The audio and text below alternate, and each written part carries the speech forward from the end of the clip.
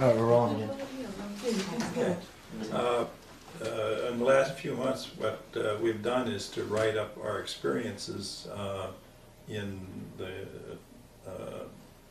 maglev in a book, which we call The Fight for Maglev, which goes into several themes. The one theme is how we came to invent it, and how our experiences with Senator Moynihan and others, and how trying to get it adopted and built up in this country. I think that's an interesting part of the book.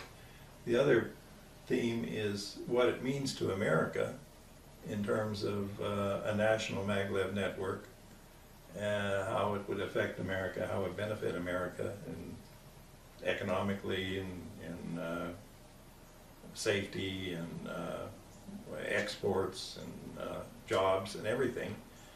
And also its global implications, how it's going to spread globally and interconnect the world, its nations, which I think is very important. We need more connections between nations and less fighting over things.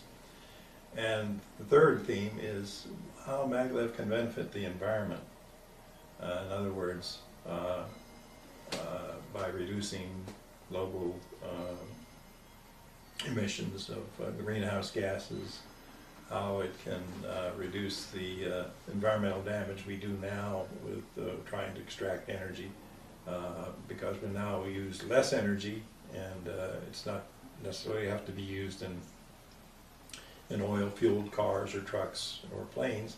It can be clean electricity from wind and solar and other sources, and just use that for transportation rather than fossil fuels. And so those are the three themes of the book. We are looking at ways to publish it. We haven't decided yet, but it will be available to people in a few months. So either through a publisher or we'll self-publish it, and through a place like Amazon. And so we hope that at some point people will be interested in reading it. And promise we didn't make it too technical.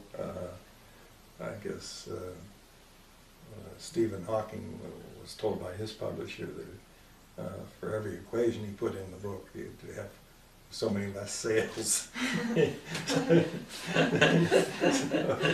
so we try not to put any equations in, and try to make it a little bit of humor here and there, and sort of a bit of personal too. So it's not a dry technical book. So. It's kind of human. Yeah, human touch. And that reminds me of the one particular piece of humor that I recalled when the subject was hot with Moynihan.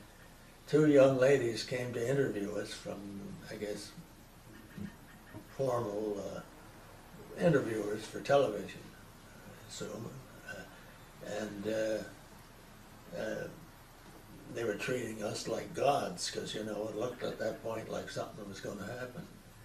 And somehow it came to pass that both Jim and I grew up in old multi-grades in a single teacher schools from the old school, and they were mystified that anybody smart could come out of that. Right.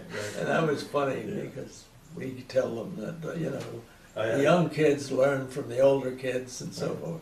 I had one teacher for 4 grades, 5th, 6th, and 7th, and 8th, and it was wonderful. We had 5 kids in each grade, and I would listen to the lessons that the upper grades were getting, and she would just rotate between the grades, and it was wonderful. I think it's a great way to teach kids, at least in grade school, maybe not in high school, but at least in grade school. Yeah, and the other thing is that, now I'm giving my philosophy on this, but teachers in those days were hired, and if somebody didn't interfere with them for any reason, other than did they do a good job, they were left alone. Right. But now you go to these damned overpaid schools, and you got principals and assistants to the principal and assistant to the assistant, and all this, and all these smart people got to write programs of what should be taught, and then they go and they treat the people who are actually doing it like servants. Right.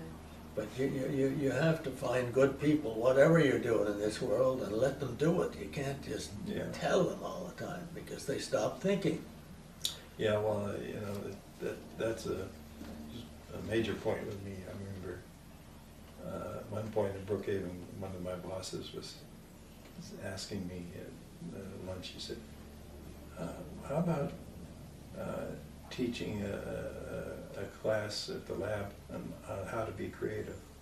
And I looked at him and I thought, this guy doesn't understand creativity at all. No, but that's mentality today. Yeah. So, Oh, yeah. We've gone to hell unless we somehow miraculously get over it, but it'd be awfully hard because all these people are entrenched and they think they're doing a good job, right. and they've built a system that's just taking them into a swamp. Yeah. Well, just to add that being creative means not following the rules. So you can't find rules to make a person creative. That's right, Very true. Yeah. that's right.